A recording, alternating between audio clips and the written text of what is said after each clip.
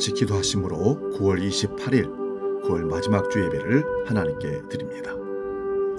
이 세상을 창조하시고 섭리하시며 역사를 주장하시는 아버지 하나님, 어김없이 가을이 깊어가는 9월을 맞이하고 이제 한 달을 보내며 다시 10월을 맞이하는 이 시점에 하나님의 은혜를 감사하며 예배하기를 원합니다. 우리 인생의 주인이 하나님이신 것을 감사하며 하나님이 기뻐하는 열매를 매일같이 하나님 앞에 드릴 수 있는 신앙의 삶을 살도록 우리를 성령 충만케 믿음 있는 삶으로 살게 하여 주시옵소서. 9월에 감사했던 모든 삶을 뒤로 하고 10월에 미리 감사하며 출발합니다. 소망 가운데 더욱더 깊어가는 가을에 신앙의 열매를 맺혀가는 복된 주일, 그래서 결단하는 귀한 시간 되게 하여 주시옵소서. 하나님을 찬양합니다. 우리 예배를 받아 주시옵소서. 이제 사도신경으로 우리의 신앙을 고백합니다. 나는 전능하신 아버지 하나님, 천지의 창조주를 믿습니다. 나는 그의 유일하신 아들, 우리 주 예수 그리스도를 믿습니다. 그는 성령으로 잉태되어 동정녀 마리아에게서 나시고 본디오 빌라도에게 고난을 받아 십자가에 못 박혀 죽으시고 장사된 지 사흘 만에 죽은 자 가운데서 다시 살아나셨으며 하늘에 오르시어 전능하신 아버지 하나님 우편에 앉아 계시다가 거기로부터 살아있는 자와 죽은 자를 심판하러 오십니다. 나는 성령을 믿으며 거룩한 공교회와 성도의 교제와 죄를 용서받는 것과 몸의 부활과 영생을 믿습니다. 아멘.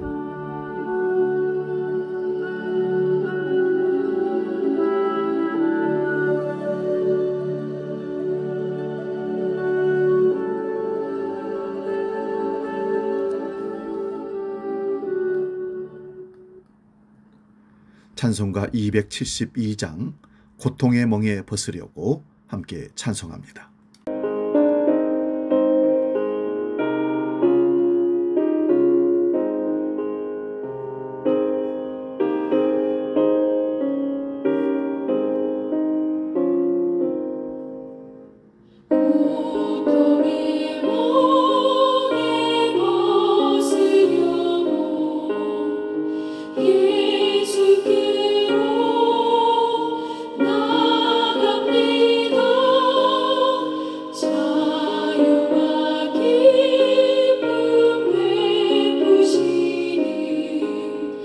주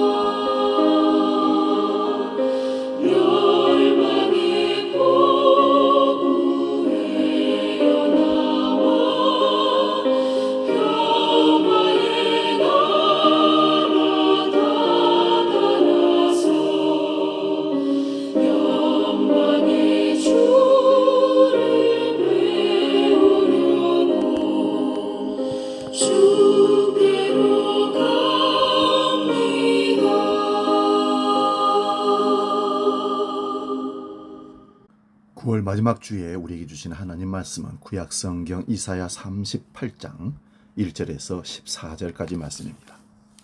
구약성경 1012면에 있습니다. 이사야 38장 1절에서 14절 봉독할 때에 살아계신 하나님의 음성을 들을 수 있기 바랍니다. 지금 봉독합니다. 그때에 히스기야가 병들어 죽게 되니 아모스의 아들 선지자 이사야가 나아가 그에게 이르되 여호와께서 이같이 말씀하시기를 너는 내 집에 유언하라. 네가 죽고 살지 못하리라 하셨나이다 하니 히스기야가 얼굴을 벽으로 향하고 여호와께 기도하여 이르되 여호와여 구하오니 내가 주 앞에서 진실과 전심으로 행하며 주의 목전에서 선하게 행한 것을 기억하소서 하고 히스기야가 심히 통곡하니 이에 여호와의 말씀이 이사야에게 임하여 이르시되 너는 가서 히스기야에게 이르기를 네 조상 다윗의 하나님 여호와께서 이같이 말씀하시기를 내가 내 기도를 들었고 내 눈물을 보았노라. 내가 내 수한에 15년을 더하고 너와 이 성을 아수르 왕의 손에서 건져내겠고 내가 또 이 성을 보호하리라. 이는 여호와께로 말미암는 너를 위한 징조이니 곧 여호와께서 하신 말씀을 그가 이루신다는 증거이니라. 보라, 아하스의 해시계가 나아갔던 해 그림자를 뒤로 10도를 물러가게 하리라 하셨다 하라. 하시더니 이에 해시계에 나아갔던 해의 그림자가 10도를 물러가니라. 유다왕 히스기야가 병들었다가 그의 병이 나은 때에 기록한 글이 이러하니라. 내가 말하기를 나의 중년에 수월의 문에 들어가고 나의 여생을 빼앗기게 되리라 하였도다. 내가 또 말하기를 내가 다시는 여호와를 배웁지 못하리니 산자의 땅에서 다시는 여호와를 배웁지 못하겠고 내가 세상의 거민 중에서 한 사람도 다시는 보지 못하리라 하였도다. 나의 거처는 목자의 장막을 거둠같이 나를 떠나 옮겨졌고 직공이 배를 걷어 마름같이 내 생명을 말았도다. 주께서 나를 틀에서 끊으시리니 조석간의 나를 끝내시리라. 내가 아침까지 견디어 싸우나 주께서 사자같이 나의 모든 뼈를 꺾으시오니 조석간의 나를 끝내시리라. 나는 제비같이 학같이 지적이며 비둘기같이 슬피 울며 내 눈이 쇠하도록 악망하나이다. 여호와여 내가 압제를 받사오니 나의 중보가 되옵소서. 아멘. 봉독한 말씀으로 고통 앞에서 이런 제목으로 말씀을 상고하면서 은혜를 나눕니다. 고통의 문제는 가장 절실하고 심각한 생명의 문제일 뿐만 아니라 지구촌 구석구석에 깊은 영향을 미치고 있는 삶의 문제입니다. 사람이 불행을 느끼는 가장 원초적인 느낌이 고통입니다. 고통보다 더 잔인하고 처절한 불행감은 없습니다. 고통은 인간의 감정과 판단을 좌우하는 척도이기도 합니다. 나에게 고통을 가하는 사람에게 느끼는 감정이 적대감이고 나에게 고통을 가한 사람의 행동을 불의라고 생각합니다. 내가 당한 고통을 대갚아주고 싶은 마음이 어쩌면 정의에 대한 원초적인 우리의 감정일 수도 있습니다. 사람이 가장 외로움을 느끼는 것도 고통의 와중에 있을 때이고 가장 무력감을 느끼는 것도 고통에 휩싸여 있을 때입니다. 사람이 가장 치욕스러움을 느끼는 것도 역시 고통을 당할 때입니다. 이처럼 고통의 문제는 인간의 존재와 삶에 가장 깊이 영향을 미치고 있고 가장 넓게 연루되어 있는 참으로 중대한 문제입니다. 어쩌면 죽음보다 더 근원적인 삶의 문제이고 가장 절박하고 심각한 인간의 문제입니다. 그렇기 때문에 우리는 이 문제를 외면할 수 없습니다. 사실 고통의 문제는 매우 복잡하고 다차원적입니다. 그렇기 때문에 한눈에 포착되지도 않을 뿐만 아니라 들여다보아도 해독하기가 어렵습니다. 하지만 고통의 1차적인 유형을 살펴보는 것은 매우 의미가 있다고 생각이 됩니다. 우리가 경험하고 느끼는 고통이 여러 가지가 있습니다.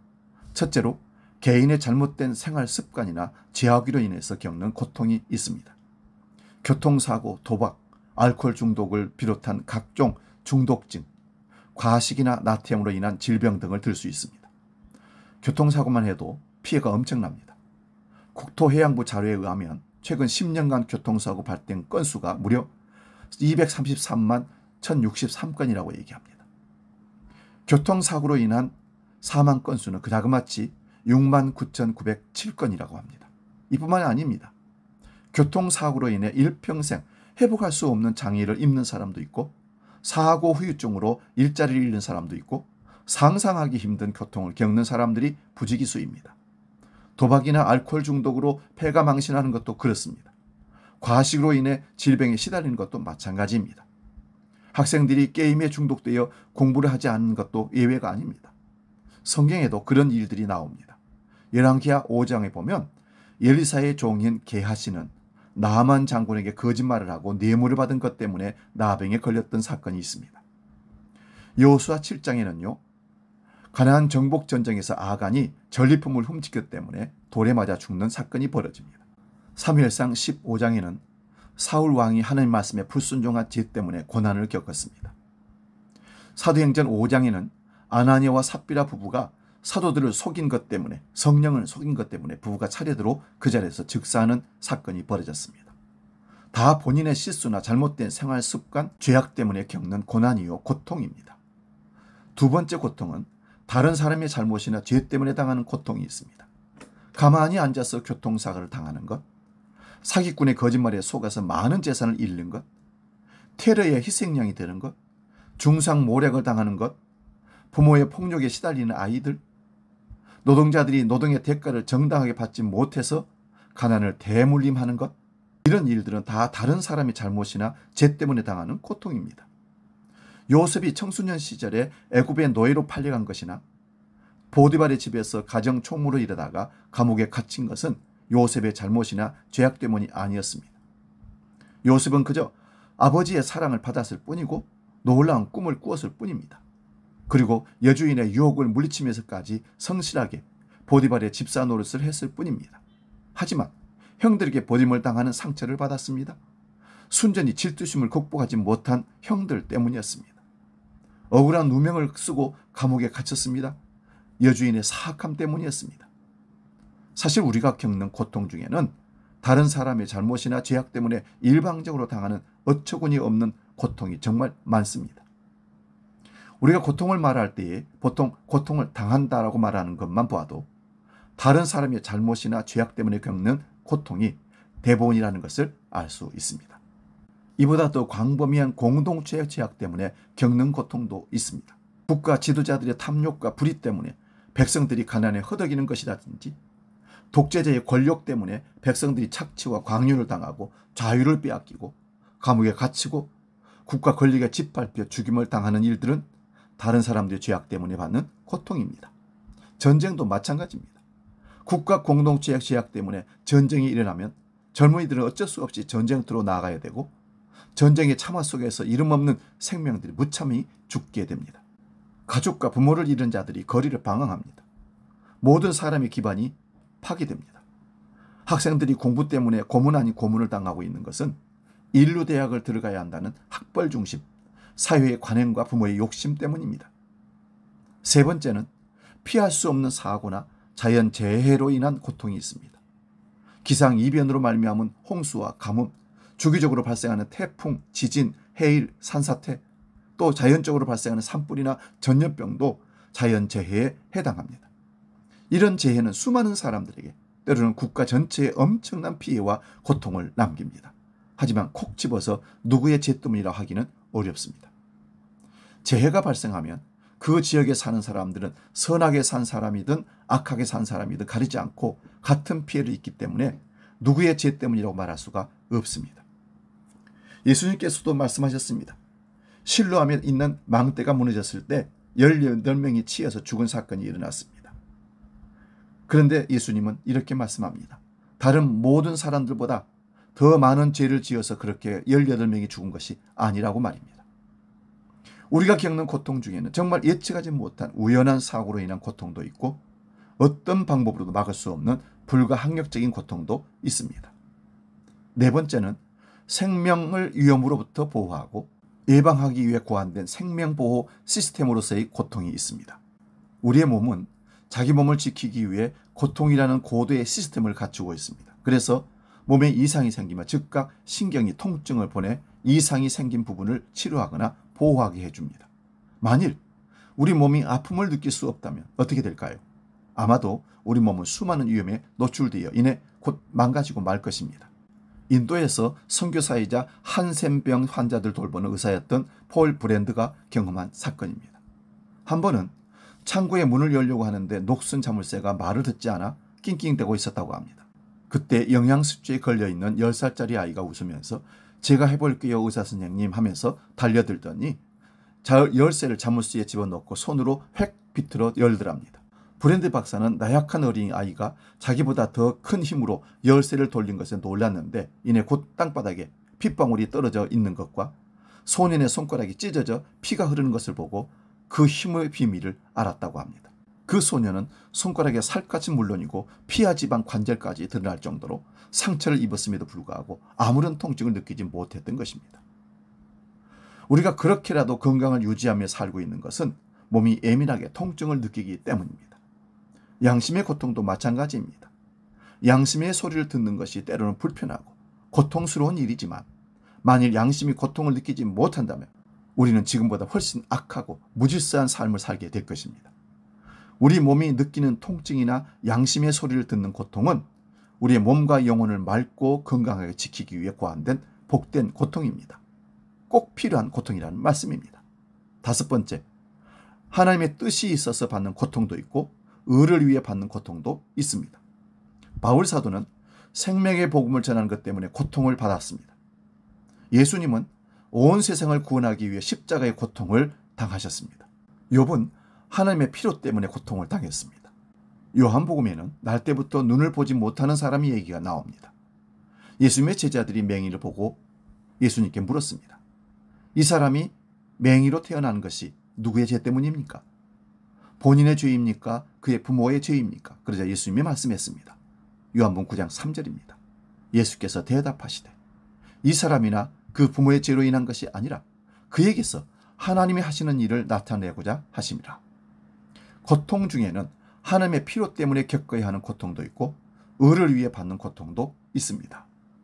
6째, 큰 틀에서 보면 죄 때문이라고 말할 수 있지만 작은 틀에서 보면 꼭 죄 때문이라고 말할 수 없는 일상적인 고통이 있습니다.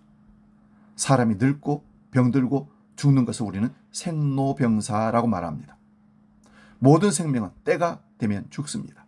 성경에서는 죽음을 죄악의 결과라고 말씀합니다. 아담과 하와가 죄를 지음으로 죽음이 이 땅에 들어왔습니다. 맞습니다.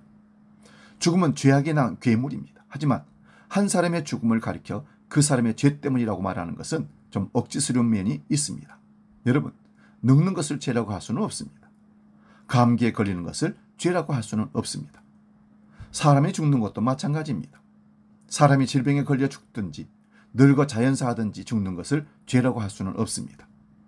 정신과 의사인 스콧 팩은 안락사에 관한 책 영혼의 부정에서 심리적 고통의 대부분은 질병이 아니라 인간의 조건에서 비롯되는 고유한 현상이라고 말했습니다. 사람은 고통을 피할 수 없는 환경에 둘러싸여 있습니다. 스콧 팩은 이런 고통을 가리켜서 생존적 고통이라고 말했습니다.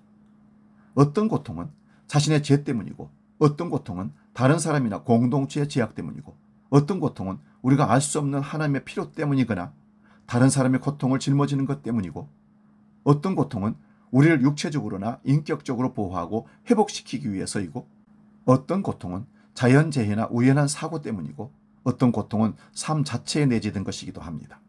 그렇기 때문에 모든 고통을 한 묶음으로 처리하는 것은 매우 위험합니다.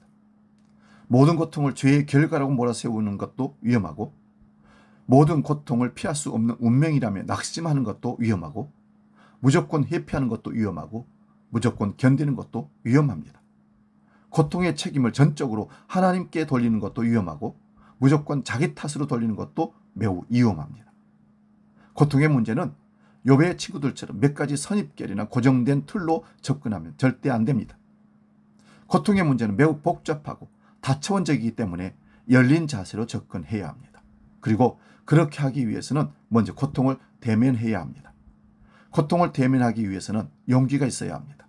고통을 깊이 응시하기 위해서는 진지함이 필요하겠고 고통의 잔을 내치지 않기 위해서는 신중함이 있어야 할 겁니다. 그럴 때 우리는 이 고통이 어떤 유형의 고통이요 어떤 배경에서 비롯된 고통인지를 이해할 수 있습니다. 고통은 우리의 이해와 상관없이 우리를 힘들게 합니다. 하지만 그럼에도 불구하고 고통을 대면하고 응시한다는 것은 필요합니다. 그렇게 하지 않으면 고통에게 공격당하고 잡아먹힐 수 있기 때문입니다. 사랑하는 여러분, 우리 주변에 고통에게 공격당하여 파멸하는 사람들이 의외로 많습니다. 다른 사람의 죄 때문에 당하는 고통을 하나님이 보호해 주지 않았다고 원망하다가 영혼이 무너진 사람도 있고, 내 죄 때문이라고 자신을 탓하면서 스스로를 짓이기는 사람도 있습니다. 하늘과 땅을 원망하다가 자폭하는 사람들도 있습니다. 어떤 문제라도 실상을 제대로 이해하기만 하면 지혜로운 길이 보이고 극복할 힘을 얻습니다. 오늘 본문의 유대왕 히스기야는 한창 나이에 병들어 죽을 위기에 처해 있었습니다. 이사야 선지자로부터 네가 죽게 되었으니 너의 집안 모든 일을 정리하라. 네가 다시는 회복되지 못할 것이라는 사형 선고를 들었습니다. 히스기야는 그때의 마음을 이렇게 고백하고 있습니다. 본문 11절에서 14절입니다. 내가 다시는 사람이 사는 땅에서는 주님을 뵙지 못하겠구나. 내가 다시는 세상에 사는 사람 가운데 단 한 사람도 볼 수 없겠구나. 목동이 장막을 거두어서 자리를 옮기듯이 나의 생명도 장막처럼 뜯겨서 옮겨질 것이다. 주님께서 조만간에 내 목숨을 끊으실 것이다. 나는 제비처럼 학처럼 애타게 소리 지르고 비둘기처럼 슬피 울었다. 나는 눈이 멀도록 하늘을 우러러 보았다. 주님, 저는 괴롭습니다. 이 고통에서 저를 건져 주옵소서. 히스기야 왕은 코앞에 닥친 죽음 앞에서 절망하지 않을 수 없었습니다. 신음하지 않을 수 없었습니다. 그러나 그는 신음하지 않았습니다. 절망만 하지는 않았습니다. 그는 고통의 현실을 거부하거나 예민하지 않고 정직하게 대면했습니다. 그리고 그 현실을 하나님의 손에 올려드렸습니다. 비록 하나님께 사형 선고를 받았지만 그럼에도 불구하고 그 하나님께 자신의 절망스러운 현실을 올려드렸습니다. 히스기야가 하나님께 구원의 손길을 내밀었다는 것은 이미 자신의 현실을 부정하거나 도피하지 않았고 냉정하게 인식하고 받아들였다는 걸 의미합니다. 인생은 도망갈 데가 없다는 걸 인정해야 합니다. 고통이 괴로우면 비명을 질러야 합니다. 그것밖에 할 게 없습니다. 비명을 지르는 이유는 죽지 않고 견디겠다는 표시입니다. 울면 죽지 않는다는 말이 있습니다. 죽게 되면 웃습니다. 모든 걸 포기합니다. 운다든가 비명을 지른다든가 괴로워한다는 건 견디는 것입니다. 그런데 그거를 전부 망한 것으로, 소용없는 것으로 생각을 해서는 안 됩니다. 하나님께 거의 수동적으로 끌려가야 됩니다. 우리가 하는 일보다 하나님이 우리에게 하는 일이 더 많기 때문입니다. 요셉은 기가 막힌 꿈을 꿉니다. 형들이 자기 앞에 무릎을 꿇는 꿈을 꾸어 잘난 척 했다가 팔려서 또 외국에 가서 거기서도 무고를 당해서 옥에 갇히기도 합니다. 그리고 나중에 총리가 되어 온 세상을 구원합니다. 그 일로 기독교에서는 그가 가진 비전이 좋았다라고 말합니다. 그리고 그가 모든 고난 속에서도 믿음을 지켰다고 이렇게 이야기를 하는데, 시편 105편에 간단하게 소개되는 요셉의 이야기는 전부 수동태입니다. 그가 한 사람을 앞서 보내셨으며 요셉이 종으로 팔렸도다. 그의 발은 착고를 차고 그의 몸은 쇠사슬에 매여 있으니 곧 여호와의 말씀이 응할 때까지라. 그의 말씀이 그를 단련하였도다. 왕이 사람을 보내어 그를 석방하며 뭇 백성의 통치자가 그를 자유롭게 하였도다. 그를 그의 집의 주관자로 삼아 그의 모든 소유를 관리하게 하고 그의 뜻대로 모든 신하를 다스리며 그의 지혜로 장로들을 교훈하게 하였도다. 이 말씀이 다 수동태입니다. 그러니까 요셉은 비전을 갖고 있지 않았습니다. 그는 억울한 인생을 살게 됩니다. 감옥에서도 그 말씀이 요셉을 단련했다고 합니다. 그렇다고 요셉이 말씀을 의지해서 승리했다는 건 아닙니다. 여기서 말씀은 하나님께서 천지를 창조하셨던 창조 능력의 말씀입니다. 그 말씀이 이 땅에 임했습니다. 바로 예수님이 오신 성육신을 말합니다. 하나님의 구체적인 개입입니다. 요셉은 정신이 없었습니다. 도대체 이런 삶을 왜 내가 사는지, 이게 도대체 뭔지 모릅니다. 나중에 그냥 풀려나서도 그가 자기 꿈과 자신의 결과를 연결하지 못했습니다. 그런데 나중에 형들이 양식을 사러 와서 자기 앞에 엎드리는 것을 보고 이 생각이 난 것입니다. 아, 내 인생이 우연의 소산이 아니라 하나님이 준비하신 것이구나 깨달은 것입니다. 예수님은 하나님이신데 예면당하고 조롱당하시고 고난당하고 죽으셨습니다. 히브리서 5장 8절에서는 이렇게 얘기합니다. 그가 아들이시면서도 받으신 고난으로 순종함을 배워서라고 합니다. 우리는 고난이 영광으로 들어가는 문이라는 성경의 말을 좀 더 깊이 이해해야 됩니다. 어느 날 엠마오로 내려가던 두 제자를 예수님이 찾아갔을 때 그 둘이 알아보지 못했습니다. 그때 예수님이 너희들은 무슨 일로 이렇게 이 얘기를 길게 나누고 있냐라고 묻습니다. 그러자 제자들이 아니 당신은 예루살렘에서 일어난 일을 모른단 말이요. 우리는 그가 메시아인 줄 알았는데 그가 십자가에 달려 죽고 말았다오. 그러자 예수님이 이렇게 반박하십니다. 이 믿음이 없고 무지한 자들아, 메시아가 고난을 통하여 영광에 들어가야 한다고 성경이 가르치지 않았냐고 말씀하십니다. 그런 의미에서 고난, 고통을 우리는 당연한 것으로 봤습니다. 고통을 단순히 고통으로만 이해하시면 안 됩니다. 고통을 고난으로도 공부하는 것입니다. 상급 학교에 진학하는 것이며 더 어려운 자리까지 대접받고 훈련받는 것입니다. 거기서 하나님은 쉽게 우리가 그에게 모든 것을 맡기면 대신해 주는 분으로 등장하시지 않고 우리를 훈련하여 우리가 대등한 자리에 이르도록 고난과 고통을 통해 우리를 만드십니다. 그러므로 여러분, 고통이 삶을 흔들고 공격할 수 있어도 삶을 무너뜨릴 수 없다는 것을 생각하시며 두려워하지 마시기 바랍니다. 하나님께서 사단에게 욥의 생명은 건드리지 말라고 합니다. 고난과 고통에게 우리의 생명까지도 해할 수 있는 고난과 능력을 하나님은 주시지 않았습니다. 고난과 고통에게 힘과 무기를 쥐어주는 것은 사람입니다.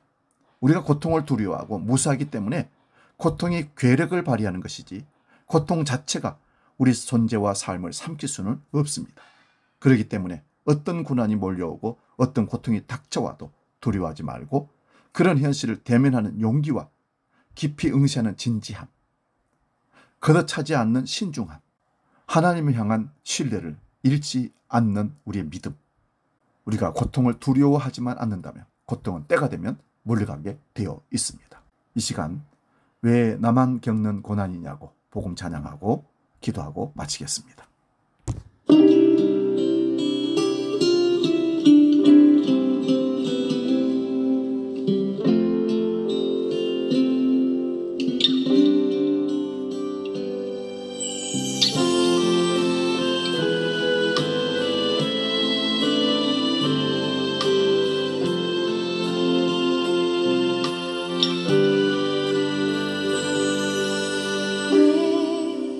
나만 겪는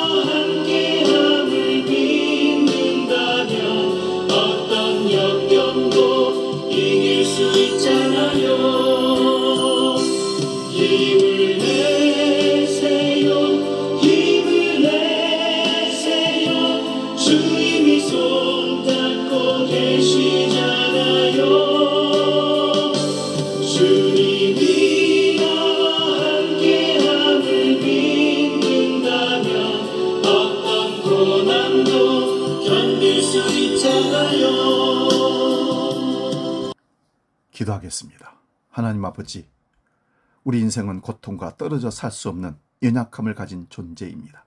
하오나 그 고통으로 삶이 피폐해지고 가족이 힘들어하고 사는 것이 죽는 것만 못하라는 절망에 이르지 않도록 고통을 잘 해석하게 하여 주옵소서. 그리고 인내하고 극복하며 오히려 그 고통이 믿음의 성숙으로 나아가는 에너지가 되게 해 주옵소서. 욥이 당한 고난이 고통으로 힘들어하는 모든 이들에게 교훈이 되고 해석서가 되게 하여 주옵소서. 모든 고난을 이기시고 내가 이겼노라 말씀하시는 예수 그리스도의 음성을 듣기를 원합니다.